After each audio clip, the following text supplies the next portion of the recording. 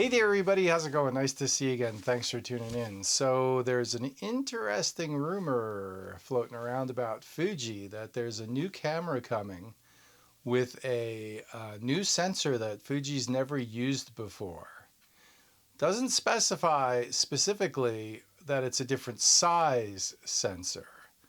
So as I see it, there's two possibilities. It's either either Fuji's going to go with a different size sensor, and full frame is the logical choice.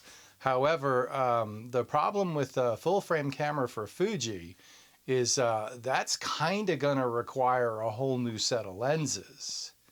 They seem kind of hard pressed for production to keep up with demand for even the cameras that they're already offering. I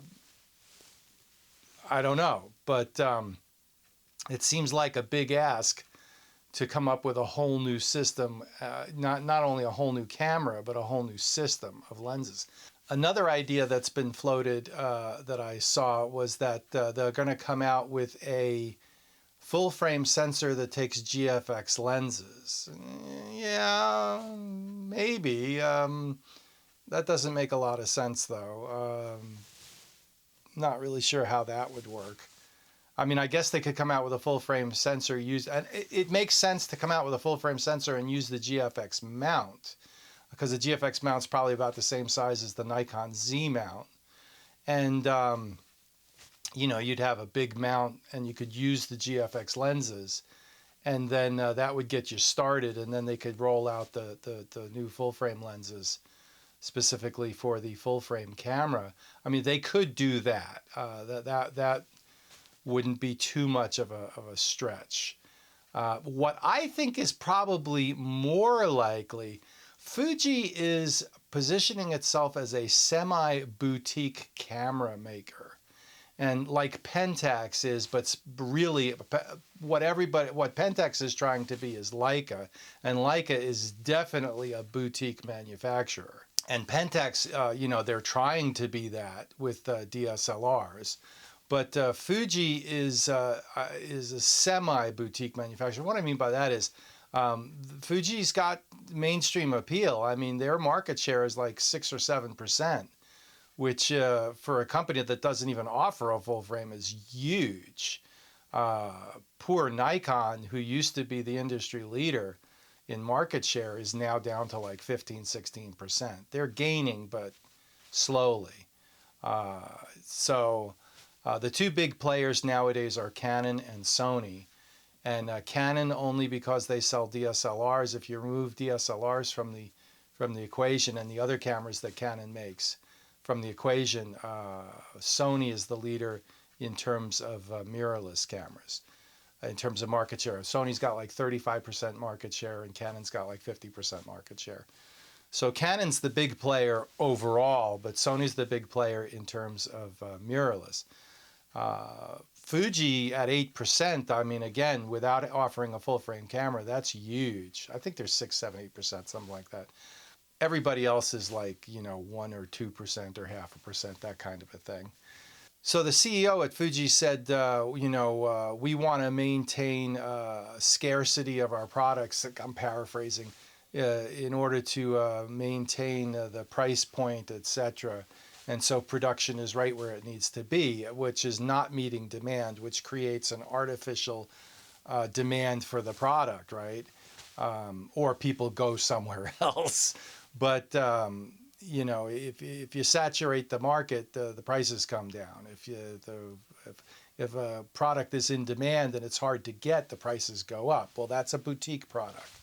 One of the things that Fuji could do that would be very boutique-ish would be to come out with a monochrome camera, which would be very, very easy for them to slip into the mix. A monochrome X-T5 or a monochrome X Pro 4 or a monochrome X-H2, something like that. The X-T5 makes the most sense. I think it would have the broadest appeal. I mean, I would buy a monochrome X-T5, absolutely.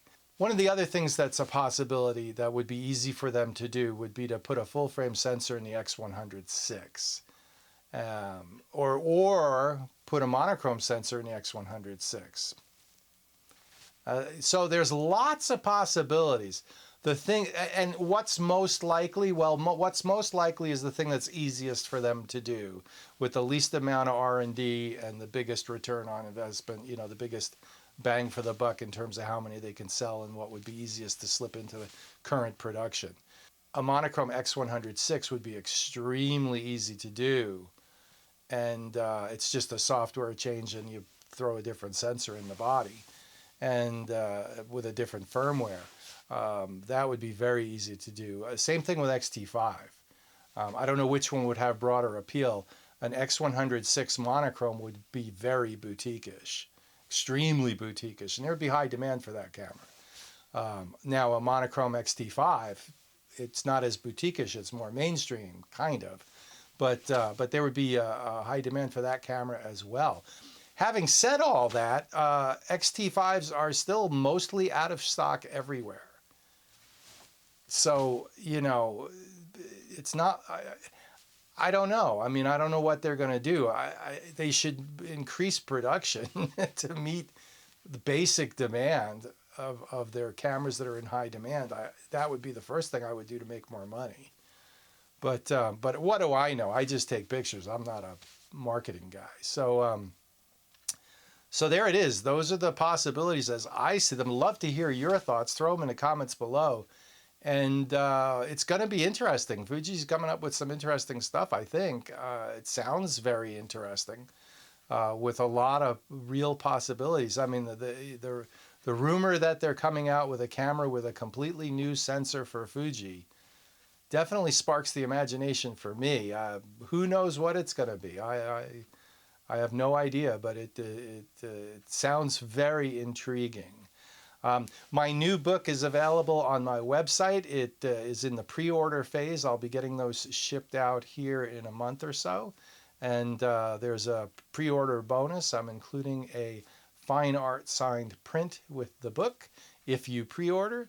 And my Patreon page is doing really, really well. And thank you so much to all my Patreon supporters. I really appreciate it. I will remind everyone else that you can go up to Patreon, and there's a link in the description below, and sign up for free for my Patreon page. And there will be content that you can only get there if you're a free member.